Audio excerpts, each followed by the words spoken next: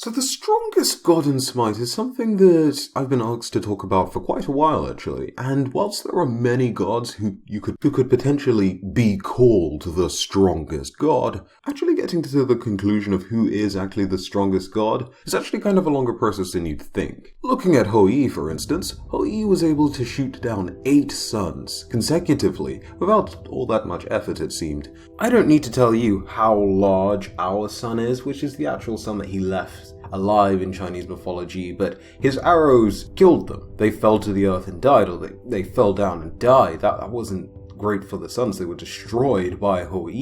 That's incredible power. And then you have gods like Hercules, who were capable of holding up the sky, even for a bit, and eventually gained even more power when they became genuine gods. After their death, Hercules specifically. Al Kuang is a dragon in Chinese mythology, and therefore you already have a certain level of power and mysticism to him.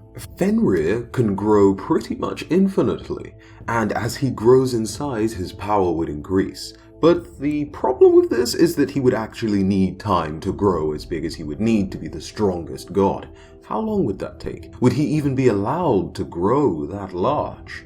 Gods of the earth itself, Terra, Geb, Ymir. Ymir being separate from Terra and Geb, and Terra probably being the strongest out of the three, purely for the fact that she's a primordial being and cannot die, whereas Geb could potentially die, and Ymir may indeed already be dead, but his body being immortal, that's not too much of a problem for Ymir as the earth itself. What about gods like Zeus?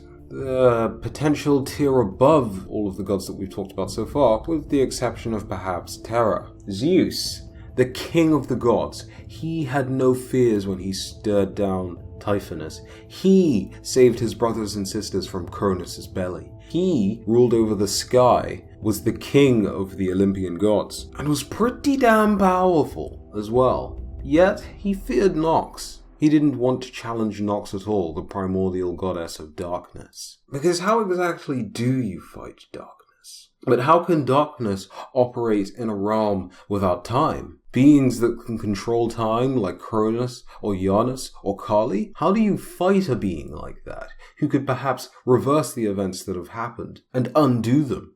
Odin, Sun Wukong, the Morrigan, and Thoth. Ganesh is here too.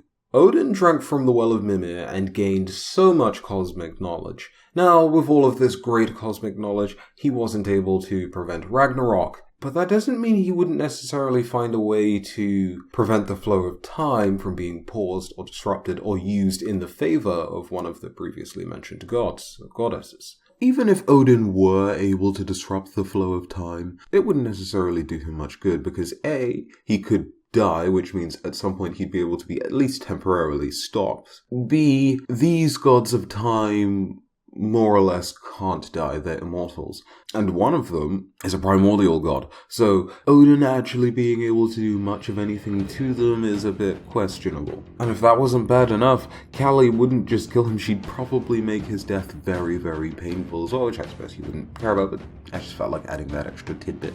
Thoth not only spoke the universe into existence, but he also wrote the Book of Thoth, a book so powerful that it would allow a mortal person to gain extraordinary power through the knowledge that it contains. But the caveat to that is that the close ones to them or their loved ones would die, one by one, until the book would be returned. On top of that, he was the leader of the Ogdoa gods, and had dominion over primeval forces. Of course, this is just one variation of Thoth. Another variation of Thoth is the voice of Ra, and is much less powerful. But, you know, we're not going to use the weaker version of Thoth for now. So if there's a way to bypass time itself, Thoth knows about it. Now, the Morrigan is probably the weakest mention here because she controls fate, and I'm not downplaying her control over fate, but she has to know whose fate exactly she wants to alter before altering or changing their fate. When she ultimately decided Cuchulain's fate, it wasn't as if she planned to do what she did to him from the first time that they met. In fact, quite the opposite, she fell in love with Cuchulain, and it was because Cuchulain refused her advances that she then decided to change his fate. Boom, her actions were motivated by her emotions and just disdain for Cuchulainn. Not only that, but the Morrigan herself attempted to actually take matters into her own hands physically with Cuchulainn, and that didn't work out, and she even broke some of his codes of honor, or helped him to break, some of the oaths that he made. And even despite that, she still decides to change his fate.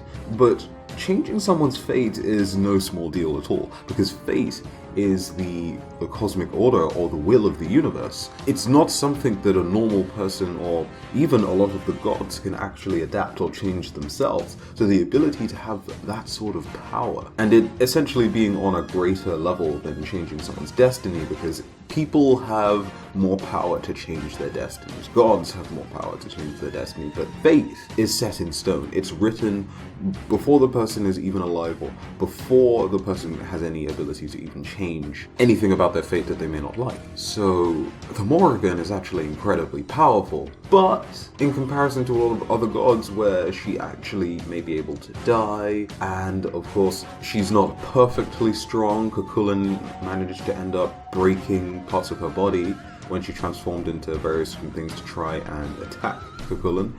She has weaknesses. I know that she's a goddess and all still, and I probably shouldn't do this, but I kind of saw her as like one of those toddlers with like a really big gun for a bit. And then we have Sun Wukong. Now, Sun Wukong is someone who eventually becomes the Buddha. He gains enlightenment, which means he has a separation from his own desires, and he's on a separate level from all of the other gods and goddesses in Smite, because all of the other gods and goddesses in Smite would be in some way influenced or controlled by their wants and needs. Sun Wukong, on the other hand, not so much. He would be able to exist in an area where time isn't much of a factor. So in that state, he's definitely probably the strongest god in Smite. Now Ganesh, as the remover of obstacles, a very intelligent elephant, or well, man with an elephant's head, is most likely enlightened as well, so he's in a very similar position to Sun Wukong in that case. However, that's not how he's presented in Smite. He's not presented as the strongest version of himself. Neither is Thoth, neither are some of the other gods that we've mentioned. And also, there are other gods who have certain ambiguities about them. Namely, Ratatoska. Ratatoska's power level is not something that we necessarily know. He could be the strongest god in Smite outright, or he could just be Ratatoska. And so I'll leave you with this question. Which god do you think is the strongest god that is available in Smite? Of course, I didn't mention every single god that could have been mentioned on this list. Ra, Nua, Hades. It wasn't that I saw them as weak, but more so as I was kind of using Zeus as a representative of them. Didn't really mention that. But yeah, it wasn't necessary for me to talk about every single god in the game, obviously. And that was more or less the video. I hope that you enjoyed. If you did, go ahead and leave a like, and of course, more content like this, go ahead and subscribe. But till the next video, have a very good day. I've been Prime, I'll see you in the next one. Bye bye.